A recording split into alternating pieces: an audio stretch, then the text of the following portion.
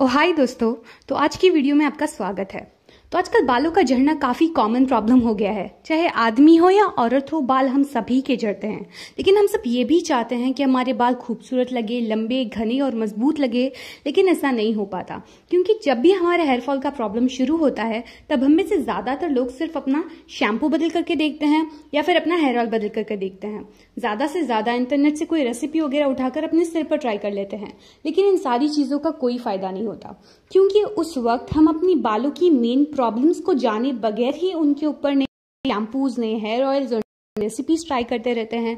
इसी वजह से कोई भी फायदा नहीं होता। आज की इस वीडियो में हम यही डिस्कस करेंगे कि बाल आखिर झड़ते क्यों हैं, वो कौन से मेन रीजंस हैं जिसकी वजह से आखिर बाल हमारे झड़ते हैं। तो दोस्तों, बात कर ले आगे की वीडियो की, तो उससे पहले हमें जानना ये ज्यादा जरूरी होगा कि बाल होते क्या है, क्योंकि किसी भी चीज की प्रॉब्लम को जानने से पहले वो चीज क्या है ये जानना ज्यादा जरूरी होगा। बाल प्रोटीन के फिलामेंट्स होते हैं जो कि फॉलिकल्स से निकलते हैं। फॉलिकल स्कैल्प के अंदर होता है। जब ब्लड सर्कुलेशन के थ्रू हमारे फॉलिकल्स तक, यानी कि बालों की जड़ों तक न्यूट्रिशन और ऑक्सीजन वगैरह पहुंचते हैं, तब वहां पर प्रोटीन के सेल्स की बढ़त शुरू हो जाती है। यही प्रोटीन के सेल्स आगे जाकर बाल कहलाते हैं। जो आप कह सकते हैं हमारे जो लंबे घने बाल होते हैं वो बेजान होते हैं एक तरीके से। इनकी पूरी जान इनके फॉलिकल्स में होती है और ये पूरी तरीके से कैरेटिन से बने हुए होते हैं। कैरेटिन एक तरीके का प्रोटीन है जो बालों के साथ साथ नाखूनों में भी पाया जाता है। तो ये है बालों की साइंस। इसके अलावा हमारे स्कैल्प के अंदर कुछ पोर्स होते हैं जो कि ऑयल को सिक्रीट करते हैं। अब वो ऑयल जो होता है वो हमारे बालों को नरिश करने का काम करता है और यही बालों की ग्रोथ के लिए बहुत ज्यादा इंपॉर्टेंट होता है। तो ये हुई बालों की पूरी साइंस। अब बात कर लेते हैं उन रीजंस की जिसकी वजह से हमारे बाल झड़ते हैं। सबसे पहला रीजन है पॉल्यूशन। जी हाँ दोस्तों, पॉल्यूशन एक बड़ा कारण है बालों के झड़ने के पीछे। आपने नोटिस किया होगा पहले के लोगों के बाल हेल्दी हुआ करते थे, उनके बाल बहुत खूबसूरत और मजबूत भी हुआ करते थे। आजकल मामला उल्टा है, क्योंकि उनके वक्त पर पॉल्यूशन की इतनी ज्यादा प्रॉब्लम नहीं थी, लेकिन आजकल पॉल्यूशन की प्रॉब्लम बहुत ज्यादा है। पॉल्यूशन हर जगह है, हवा में, पानी में, हर जगह पॉल्यूशन है, आप कह सकते हैं। जब ये पॉल्यूशन हमारे पानी में शामिल हो जाता है तब पानी के अंदर लेड जैसे कुछ केमिकल्स वगैरह शामिल हो जाते हैं जो हमारे स्कैल्प में जाकर बैठ जाते हैं और बालों का जो नेचुरल ऑयल जहां से सीक्रेट होता है, वो जो पोर्स होते हैं, उनको ब्लॉक कर देते हैं। ब्लॉक करने के बाद बालों को नरिशमेंट नहीं मिल पाता, इस वजह से वो ड्राई होकर टूटने लगते हैं। एयर पॉल्यूशन की अगर बात करें तो एयर पॉल्यूशन की वजह से भी हवा में धूल मिट्टी बहुत ज्यादा बढ़ गई है। जब ये धूल मिट्टी हमारे स्कैल्प में जाकर बैठ जाती है तब ये स्कैल्प के पोर्स को ब्लॉक कर देती है। इसकी वजह से बालों को नेचुरल ऑयल नहीं मिल पाता और वो ड्राई होकर टूटने लगते हैं। पॉल्यूशन भी एक बड़ा कारण है जिसको हम लोग अक्सर इग्नोर कर देते हैं। इसीलिए दोस्तों, आप ध्यान दीजिए कि आप जिस पानी से अपने बाल धो रहे हो वो पानी साफ सुथरा हो। बाहर जाते समय अपने बालों को अच्छी तरीके से किसी स्कार्फ से या फिर कैप से कवर कर लीजिए। अगर आप किसी धूल भरे मैदान में तभी भी अपने बालों को खुला लेकर चले जाते हो तो वापस आने के बाद अपने बालों को जरूर धो लीजिए। दोस्तों, बालों के झड़ने का कारण है डाइट। तो अब ये बात बिल्कुल सच है कि जो हम खाते हैं वही हमारी बॉडी पर दिखाई देता है। जैसे मैं आपको पहले भी बता, बालों के बढ़ने के पीछे प्रोटीन का, दूसरे न्यूट्रिएंट्स का और ऑक्सीजन का बहुत बड़ा हाथ होता है। तो अब आप खुद ही सोचिए कि अगर आपकी बॉडी ही ठीक तरीके से प्रोटीन और दूसरे न्यूट्रिएंट्स प्रोड्यूस नहीं करेंगी तो क्या आपके बालों की बढ़त होंगी? बिल्कुल नहीं होंगी। जब तक आपके शरीर में प्रोटीन की, दूसरे न्यूट्रिएंट्स की कमी होगी तब तक आपके बालों को भी कोई फायदा नहीं पहुंचेगा। इसीलिए दोस्तों, अपने खाने में प्रोटीन से भरपूर चीज़ें खाया कीजिए। अब तो अपने खाने में सोयाबीन, अंडे, मछली, दूध, दही, ये सारी चीज़ें शामिल कर सकते हैं। ये सारी चीज़ें प्रोटीन से भरपूर होती है। ऐसी चीज़ें खाने के बाद आपके शरीर में प्रोटीन की कमी नहीं होगी और जब आपके शरीर में प्रोटीन की कोई कमी नहीं होगी तब आपके बालों पर भी अच्छा असर दिखना शुरू हो जाएगा। अगर आप अपने खाने में जंक फूड या फिर ऑयली फूड खाते हो तो इस चीज़ को अवॉइड कीजिए, क्योंकि जंक फूड और ऑयली फूड के अंदर न्यूट्रिएंट्स कुछ खास नहीं होते। ये सिर्फ आपका पेट का काम करते हैं। इसीलिए जो उल्टे सीधे खाने हैं उनको अवॉइड कीजिए। अपने हेल्थ को फ़ायदेमंद बनाइए अपनी बॉडी के लिए। ऐसा खाना खाया कीजिए जिसके अंदर प्रोटीन वगैरह भरपूर मात्रा में हो। अगला जो कारण है वो है हेयर प्रोडक्ट्स। तो आजकल मार्केट में नए नए हेयर प्रोडक्ट्स रोज़ लॉन्च होते रहते हैं। नए शैम्पूज़, नए हेयर ऑयल्स, नए सीरम्स और पता नहीं और क्या क्या। लेकिन दोस्तों, किसी भी हेयर प्रोडक्ट को चुनने से पहले आप उसके इंग्रेडिएंट्स पर अच्छी तरीके से नज़र डाल लीजिए। आजकल मार्केट में जितने भी नए नए हेयर प्रोडक्ट्स लॉन्च होते रहते हैं, ज़्यादातर हेयर प्रोडक्ट्स के अंदर खतरनाक केमिकल्स हो सकते हैं जो आपके बालों को और ज़्यादा डैमेज हैं। बात कर ले अगर शैम्पू की, तो शैम्पू के अंदर आजकल ज़्यादातर पैराबेन्स और सल्फेट डाले जाते हैं। पैराबेन्स और सल्फेट शैम्पू को झागदार बनाने का काम करते हैं, लेकिन ये हमारे बालों के नेचुरल ऑयल को ख़त्म कर देते हैं, जिसकी वजह से बाल ड्राई होकर टूट जाते हैं। इसीलिए अपने शैम्पू को चूज़ करते वक्त बात का ध्यान रखिए कि आपके शैम्पू के अंदर सल्फेट्स या फिर पैराबेन्स ना हो।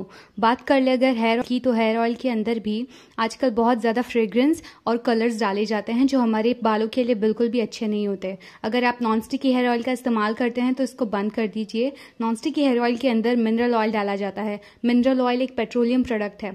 हाँ, इससे तेल नॉन स्टिकी तो नहीं लगता, लेकिन हमारे बालों को इससे कोई फ़ायदा नहीं होता, इसका उल्टा काफ़ी नुकसान है। इसीलिए अगर आप नॉन स्टिकी हेयर ऑयल का इस्तेमाल करते हैं तो इसको बंद कर दीजिए। अगर आप बालों पर तेल इस्तेमाल करना चाहते हैं तो किसी भी तेल को उसके 100% प्योर फॉर्म में ही इस्तेमाल कीजिए। आप किसी भी नॉन स्टिकी हेयर ऑयल को या फिर कोई भी ऐसा हेयर ऑयल को जिसके अंदर खुशबू हो या फिर एडिड कलर्स हो, उसको इस्तेमाल ना करें, क्योंकि ऐसा हेयर ऑयल आपके बालों को और ज़्यादा ख़राब कर सकता है। दोस्तों, आजकल हम सब अपने बालों को स्टाइल करते हैं, उन्हें कर्ल करते हैं या उन्हें स्ट्रेट करते हैं या फिर उन्हें कलर करते हैं। हम सभी ये सारी चीज़ें करते हैं। लेकिन दोस्तों, अगर आपके बाल झड़ रहे हो तो आप इस चीज़ को अवॉइड कीजिए, क्योंकि जब भी हम कर्ल करने के लिए या फिर स्ट्रेट के लिए अपने बाल हीट को अप्लाई करते हैं, तब उस हीट की वजह से हमारे बालों के न्यूट्रिएंट्स इवेपोरेट हो जाते हैं, यानी कि उड़ जाते हैं। इस वजह से हमारे बालों को न्यूट्रिशन नहीं मिल पाता और फिर से ड्राई होकर टूटने लगते हैं।